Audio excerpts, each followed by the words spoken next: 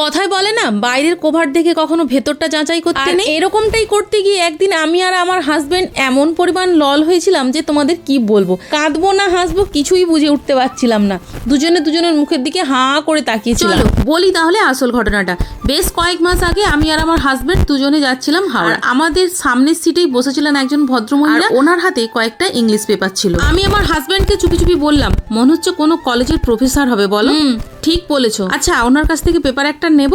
তখন উনি আমাদের কথাটা শুনতে পেয়েছিলেন আর বলেছিলেন, এই নাও আজকের পেপার, এটা তুমি পড়তে পারো। আমি থ্যাংক ইউ বলে ওনার হাত থেকে পেপারটা নিয়ে নিলাম আর ওনাকে বললাম, আপনার কি আর পেপারটা লাগবে? উনি বললেন, না আমার লাগবে না। আমি বললাম, তাহলে কি এটা আমি বাড়ি নিয়ে যেতে পারি? আমার ছেলেকে একটু রিড করাবো। উনি বললেন, হ্যাঁ নিয়ে যেতে পারেন, কোনো অসুবিধা নেই। তোমার যদি আরো লাগে বলতে পারো, আমার ব্যাগে আরো অনেক পেপার আছে। অ্যাকচুয়ালি কি বলতো, ছেলেকে নিয়ে বেরোলে সাথে পেপার রাখতে হয়, ওর যখন পটি পায় পেপারে বসিয়ে। মানে আপনি পেপারটা পড়ছিলেন না? টেনে টুনে মাধ্যমিক পাস করেছি, কি করে ইংলিশ পেপার